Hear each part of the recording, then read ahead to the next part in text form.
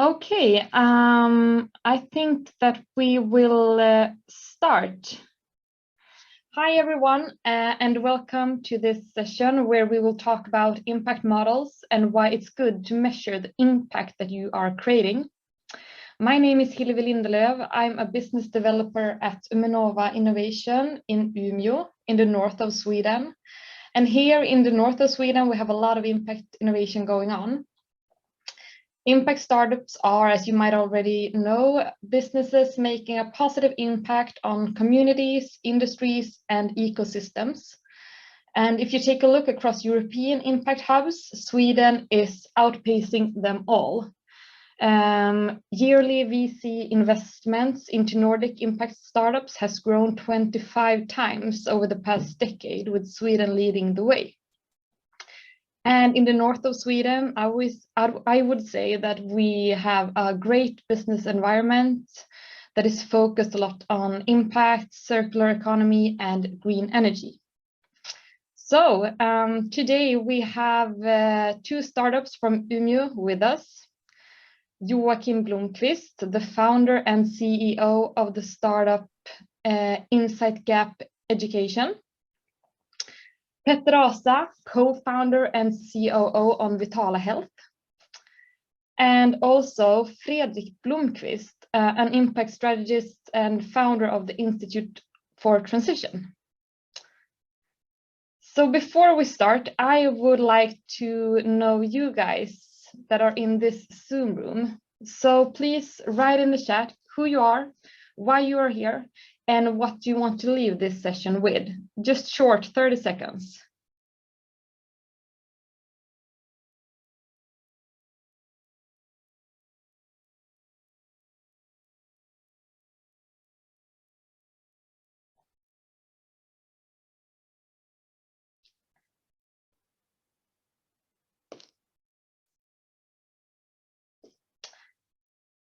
Okay, thanks a lot. So you guys that are here with us are more than welcome to ask questions. So please write your question in the chat if you have a question for Petter or Fredrik or Jocke. And I will give you the word if you want to ask your question. So we will start with pitches from the startups. Petter Asa, would you like to give us a pitch about Vitala? Absolutely, and thank you, Hillevi, and hi to everyone that's joining us here today. My name is Petter Asa. I'm the co-founder and COO of Vitala, like Hillevi said, and I'm super happy to be here and tell you more about Vitala, our services, and our way of thinking and strategizing when it comes to impact. So I plan to share my screen here. And as long as someone can just give me a thumbs up or a shout that they can see everything correctly, perhaps. All right, I'm taking that as a yes. Perfect. All right, so at Vitala, the simple and short answer to what we do is that we create medical exercise for healthier patients.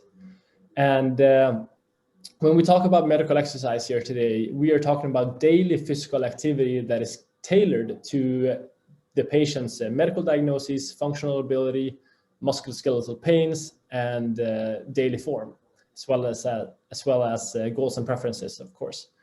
So before jumping into really the services, I also wanted to give you a brief overview of the problem that we're tackling. And that's this is based on Sweden alone, but we know that 1/3 of the adult population suffers from multiple chronic conditions. So I'm sure that everyone here today that is joining us here knows of at least one person, a friend or a loved one, that is suffering from multiple chronic conditions. And we know that these people, or 70% of these people, are physically inactive to the point where it's actually hurting their health. So when you talk to healthcare providers and you talk to insurance companies or you're talking to patients, you can see that there's a vicious cycle of physical inactivity and chronic health conditions. Whereas a patient starts developing chronic health conditions, they're also becoming more physically inactive due to pains or symptoms from the medical diagnosis. And that's a problem. because physical activity is vital to our overall health and well-being. And it's vastly important, not only if you're healthy, but also when you are already chronically ill, because it helps you improve the body's response to medical treatments of the existing chronic diseases. And so how we're actually tackling this problem is twofold.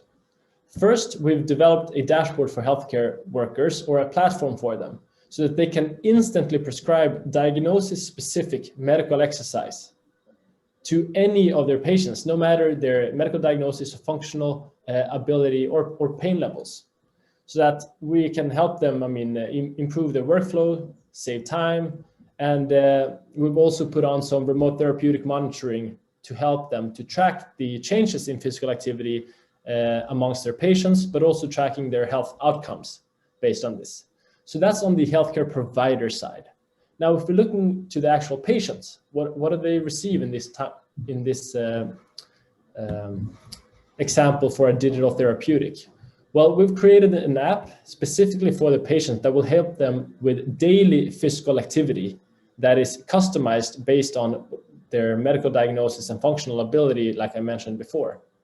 So for them, the benefits that we're actually doing is that we're helping these patients take control and self-manage their conditions with this new digital alternative.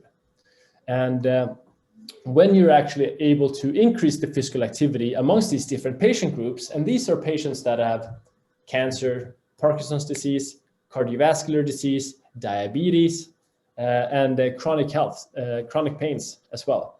And we know that physical activity is then able to lowering the risk of further medical complications and sequelae, as it's called, but also just an increase in movements and an increase in physical activity helps to improve the patient outcomes by boosting the physical and mental well-being. So it's vastly important here to break the circle, or the vicious circle, of chronic diseases and physical inactivity, and help them become active and help these patients actually feel like they're in control of their chronic conditions instead of letting their medical diagnosis take control over them.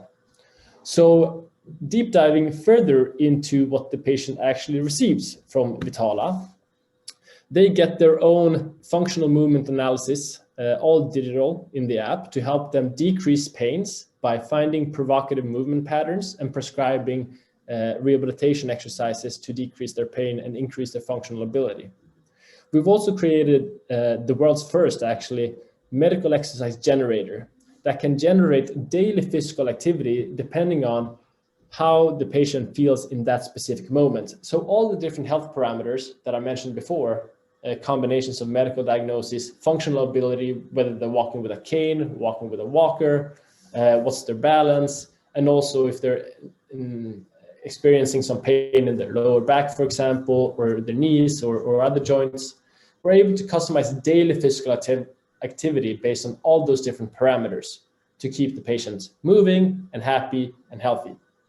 And then on the other side, or the other side of the three-pronged approach that we have, is the remote therapeutic monitoring, where the patient themselves can input their physical and mental well-being or report on these different outcomes themselves directly in the app that gets translated right into their healthcare provider's dashboard to help them specifically, learn how can physical activity really help me be healthier, and how can I become in control of my current health journey. Those are the things. And then just to show how customizable we are, and what actually makes us so unique, is that our system and our technology are able to tailor this to the different medical diagnoses that the patients are experiencing.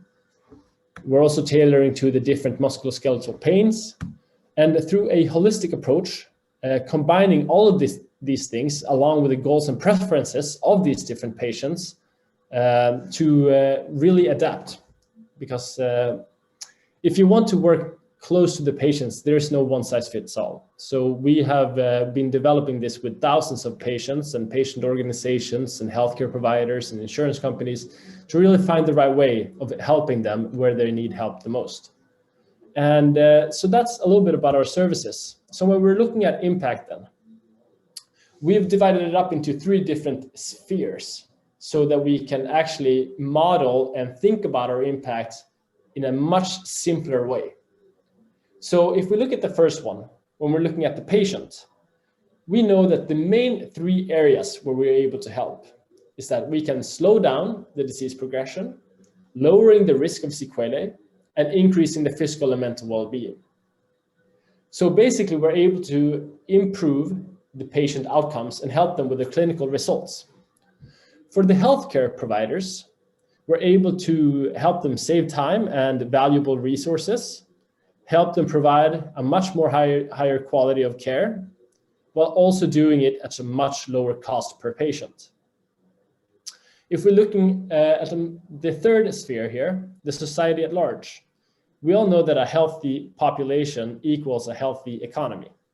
And we can look at this in a way that we are able to decrease the healthcare costs, because with healthier patients, we can reduce the amount of hospital visits, the emergency visits, but also the specific resources that are needed to provide for these different patient groups. And a quick overview as well, just a side note for you guys for a fun fact. Roughly 15% of Sweden's population accounts for more than 80% of the total healthcare costs. Let me say that again. 15% of the total population, only 15% accounts for more than 80% of the total healthcare costs. So this is the segment that we're trying to help.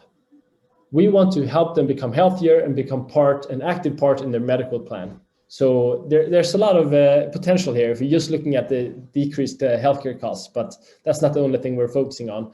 We also want to focus on a more productive population. We want to keep the workforce going and create healthier and happier lives for everyone. So I'm sure we're going to deep dive into this also later in this segment, and I don't want to take up too much of the time, but just a quick overview as well. When we're looking at these different spheres, there are sub-segments here as well. We're thinking, if you're looking at the patient, what can we model in the short term, what can we model in the medium long term, and what can we model in the long term?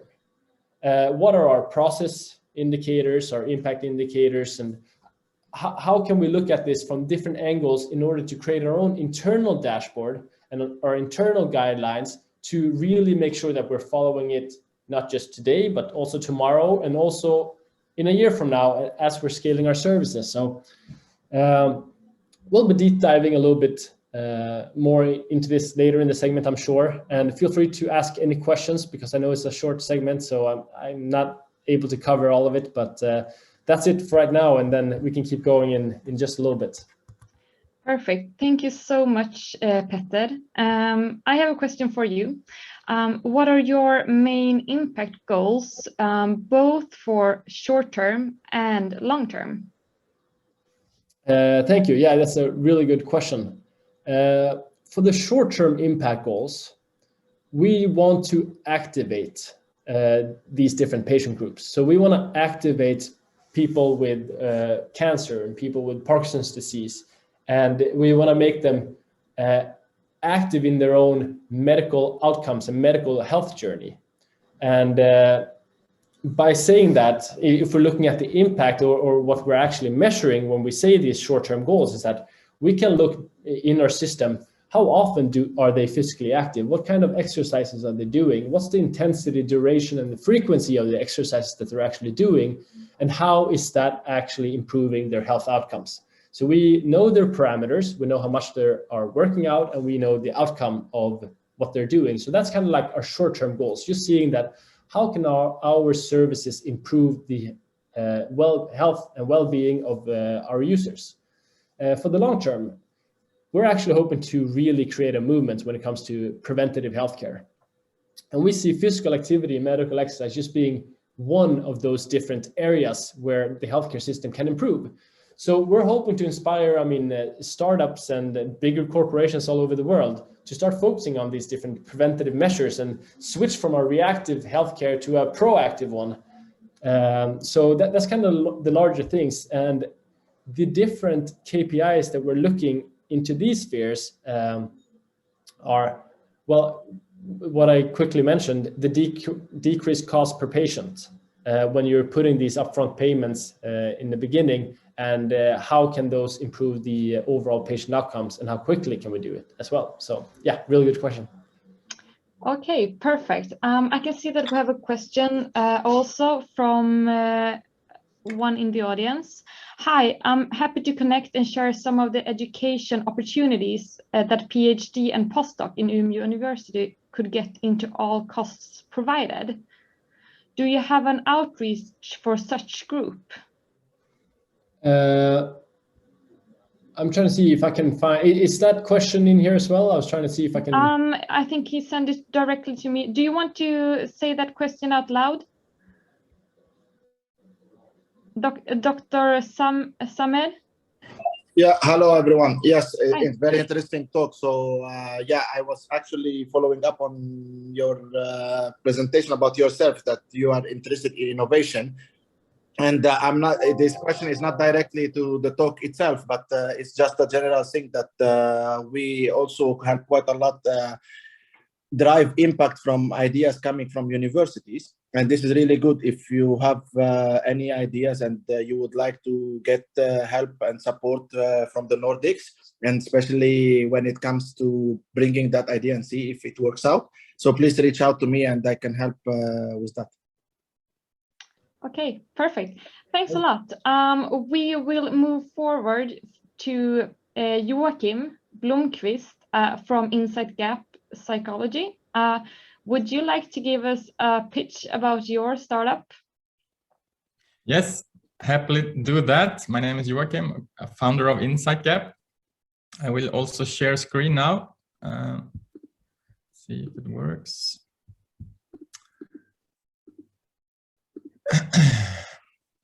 Yes, our mission is to make it easier for companies to work proactive with well-being and mental health. And this is a huge area for the whole world, I think, and not the least for companies and organizations. I will talk a bit how we see the problem and how we see also a solution we want to help provide. I think if we go to ourselves, we can all recognize we have these kind of emotions and feelings, like sometimes we feel fear, stress, shame, low confidence, anger, or irritation. And that's totally normal. That's a part of life to feel these kinds of emotions and feelings. Of course, life is also about feeling happiness and love, so forth. The problem is when we don't deal with these kinds of emotion, we don't know how to handle them. Because if we don't know how we can handle the difficult emotions, it tends to lead to mental illness, low performance, and conflicts, and so forth. So what I want to point out here is the problem isn't the emotions, the difficult emotions. The problem is we wait too long, and we wait to deal with them, and then they lead to more difficult things. If we look in society today, and if we look in organizations and also individuals, we tend to wait till it's too late, and then we start trying to do something about it. So I think a lot of people can recognize themselves in this. We tend to push down what feels bad until it's gone very far. Then we need, okay, now we need to do something. But if we have this reactive approach, it is a lot of time consuming to really make a difference when we get that far into the problem. And it also costs a lot of money to be reactive in this area. The challenge we have proposed to companies is how can they help and support employees and individuals who experience stress and other uncomfortable emotions at an early stage? How can they teach the employees and the individuals to learn it's nothing dangerous when we feel stress, fear, shame, anger, as long as we know how we can handle it? So we want to work and help both the individual and the company to become better at this. And the solution we have come up with is a digital service that helps the individual to really, it only takes 30 minutes to learn more about how does emotion work, how does it affect us, but also how good are we at handling our emotions, and also help the individual to learn what they can do to become better at handling their emotions. And what we know is when we learn to handle the difficult emotions, we can still feel quite good. We can have good relationships. So the difficult emotions don't need to be that dangerous. And that is what we want to learn, both the employee and the organizations. Our service can be used from both the computer and a smartphone, and it's easy to get access to. And that's a quick overview of what we offer. If I talk a little bit about how we measure impact, I will just show one slide and then I will let in some questions. What we learned from Frederick and also the workshop we did with him is to look at impact from different steps. First, we try to find out what kind of input do we come with to organizations. And here I listed we make an introduction just to get the company and the individual to understand why it's so important to work proactive with this. Then we deploy the digital tool and then we follow up and measure. So we are quite clear on what kind of input we make in the first stage. In the second stage, short term, we measure how many people are starting to use our service to see if we get that kind of change in the organization, like people is starting to get motivated to try and work proactive with their mental health and well-being. And then we have did an own measurement how we can measure that people work proactive. So we have come up with our own questions to measure how good are the organization and the individual to work proactively. And in the last stage, we measure the impact, and then we go to the company itself and their measurement and how healthy is the company, how many sick leaves and so forth. But what we really learned in this process is like the last one, the impact, like we need to be able to see how we get there. So start looking at the input we do. What is the short-term output? What is it we really want to have for outcome? And then we can measure also the impact on the longer term. So this has been really helpful for us when we started to understand how we are going to measure our impact. Yeah, I think I'm ready there, Hillevi. Okay, thank you so much, Joachim. Fredrik Blomqvist, as we already mentioned, you've done some impact work with both Vitala and Insightgap.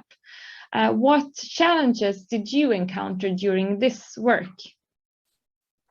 Where should we start? No, but I think they have explained quite well how they have experienced the process working with this. And I think maybe I can start where we started. I mean, if everyone talks about making a world a better place, that's an easy thing to say. We try to dig a little bit deeper into this. And okay, what do you mean by that? Because both these companies work with improving health, physical health or mental health. So, and that sounds good, doesn't it? So the question is, okay, what are we actually achieving? What are we trying to achieve in the longer term? What is the future state? I mean, how do you do that? What do you mean? For whom? By what? What are the new scenario you're looking for? How do you operate on that? What partners do you need? What do you do then? And how do you measure that? So I think the challenge a little bit was because if I asked, I started with asking these two companies a little bit what they wanted to achieve and how they measure it today. So you can say what you think, Petter and Joachim. I think what you come up with was a mix of a little bit of everything. So you measured this and that, and so we started to sort out a little bit with that. And I think that is the challenge a little bit to dare to talk about the longer term. I mean, a future state. I think more companies or more entrepreneurs should be better at describing like a scenario planning, like a future scenario. What are you actually aiming for? I mean, you talk about you doing this, but if you describe this future state, what is that? And what is the actual change that has happened or the true impact? And once you understand that, it's easy to kind of backtrack on that. So I think the challenge was a little bit that we started to sort out what is what a little bit. Because I think an example of that is that as we heard a little bit from both presentations, I mean, you can do short-term actions. It leads to short-term results. That's one thing, but you need to be able to divide this into these different steps. So I think to put it simple just today, I mean, we looked at the midterm. What is a change, a new behavior that comes out from this, which we heard some examples from. And then, I mean, on the longer term, what is the true new impact you want to create? And then once you have described that, you can create indicators for each of these steps. And I mean, for the impact savvy here in the audience, this is basically a theory of change. But what we try to do was to adapt to these companies very much. So, because I don't believe that there is a fixed format, that there is one true answer right now, how you should kind of measure your impact. Of course, there are different tools for CO2, for example, how you measure that, but that is not so valuable for these companies, for example. So, I mean, the main philosophy, to end this little bit the introduction about the challenges, what the main philosophy that we did together was to explore one's own journey. I mean, Vitala's journey and Insightgap's journey, and not being fixed into a certain format. And I think it was very helpful. You should ask them to discover, okay, these are true values. This is what we try to achieve. And okay, then we can find the impact indicators that fits to that. Joachim, what's your comment on that? No, I really appreciate that you, Fredrik, had this letting us investigate our own journey, and also to have these kind of steps. What do you do first? What is the short-term impact and the long-term? That really open up this impact discussion for me, and to see our company and what we do in a new perspective. So I really recommend that to try and look at it in different stages. That was very helpful. And Petter, how does having a clear impact goal impact the internal organization and its employees for you? Yeah, it's a really good question. I think it really seeps through the entire organization when every employee is fully on board of our specific impact goals. So I think it really, I mean, from recruitment, from communication, both internal and external, I think if the main goal of an organization is to create impact and everyone's on board, I think it's a fantastic feeling when you don't really have to focus on all those external things, but you can simply just make the best business decision based on what are your users going to say about it, how will it affect them, and what's the best way to move forward for them. So I think it has a big impact on how we're working with not just our users or our partnerships, but also internal organization very much. So, yeah. Fredrik, do you agree with Petter on that? Yeah, and I mean, I try to push both of you to dare, I mean, put all the cliches aside and talk about your true purpose, why you're doing what you're doing. And then, I mean, if you are crystal clear on that, you then adapt everything to that. I mean, your organizational model, your business model, because then you can be able to develop a business model that fits to maximize your purpose much better, and not one business model from the shelf that you've heard someone talk about that you should have or something.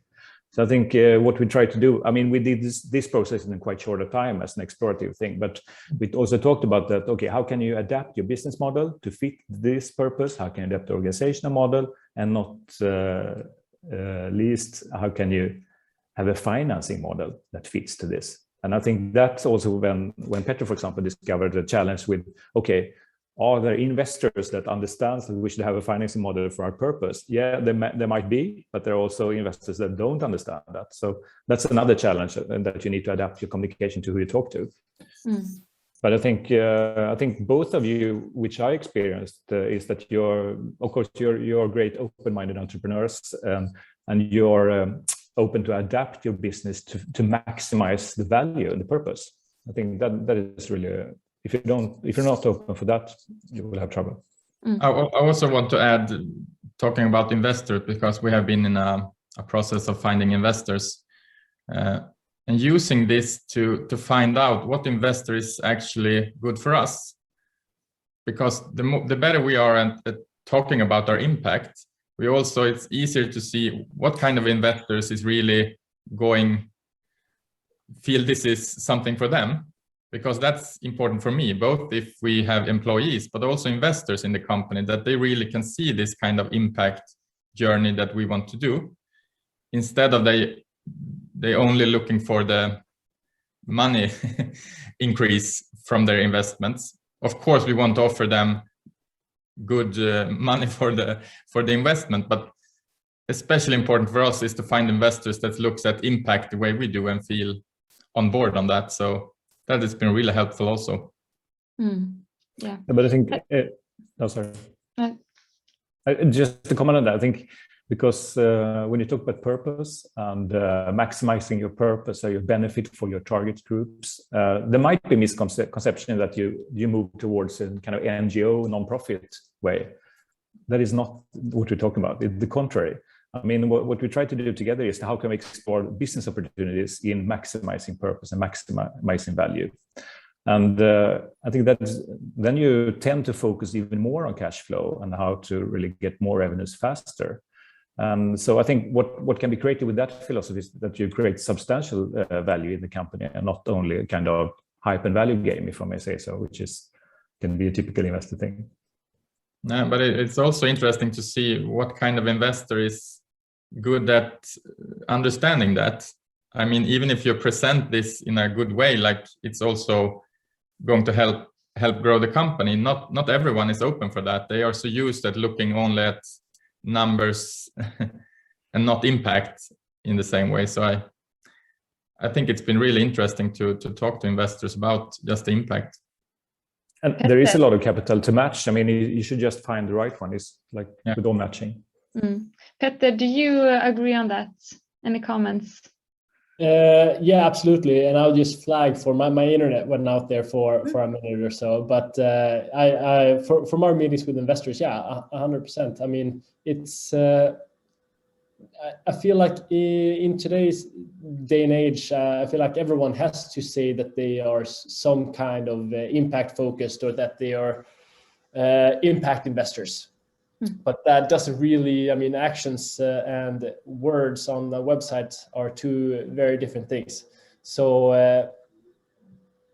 it's good that it's becoming normalized and it's a sought after investment space to be investing in impact startups. And definitely, I mean, it helps us a lot too. I mean, when we're talking to investors, a lot of them are actually very positive about impact startups and social entrepreneurs. And it's amazing because they're sitting on one side of the table and we're sitting at the other side of the table. And when we can agree on the importance of creating impact and having it become, I mean, not just a part of it, but the part of our business model, it's a fantastic thing. Fredrik, you help organizations, companies, and startups to become more sustainable through the principle of the donut economy. What can a startup learn from the donut economy? To start with design thinking from the start, that you create balanced thriving, or you create a business that really creates positive impact, and that's your sole focus. So I mean, I don't know how much time we have, but to put it simply, the donut economy, as Kate Raworth has, I mean, established it, and we work that as a principle, is that you try to balance. I mean, you have the planetary boundaries on the outer side as a ceiling, and you have the social challenges as an inner floor, so to say. So you create a business inside, and you think of regenerating, using resources in a good way, circular thinking, and so forth. I mean, focus on impact, to put it simple. And I think one interesting thing is that there is a ladder you can see with 5 different steps, and you can try to kind of self-assess where you are on this. And to put it simple, if you are on the lower part, you do nothing about positive contribution. And on the second step, you start thinking, how can we earn money from this? And on the next step, you think a little bit, what is my part of the world of doing this? And on the 4th step, you're trying to be, for example, climate neutral. And first, on the 5th step, you work with truly donut principles. You really work impact-driven solely. And we had a little bit self-assessment on this with Petter and Joachim, and I asked them, where do you see yourself on this before we start? And I don't know, Petter, if you remember what you answered on that. Petter, can you hear me? I just heard the last part. Can you repeat the question? We talked about the different steps of the donut economy, where you are. I mean, how much you embrace impact of working with positive contribution. And I think you had an interesting answer when we talked about. I don't know if you remember it yourself. I can say otherwise. Because so what you said then was that, okay, we definitely want to be on the 5th level on the circular economy, I think, but maybe we are 2 right now. And I want to be open with that between us. And that means that we have maybe been looking in how can we profit from this, earn money by working with impact. But the more we get into this, we see that that is our only way to really maximize value for our users, and then also value for ourselves and revenues. Joachim, what's your comment on that one? Yeah, I think it's what I wanted to mention also. I don't know if this is really going into what Fredrik is saying, but we want to create impact in the first case for the individual. Like, how can we help as many individuals as possible to really handle their emotions and understand how they can do that? But we are selling a product to business. We are a business to business company. But then also understanding how can we measure the impact for our customers, the company.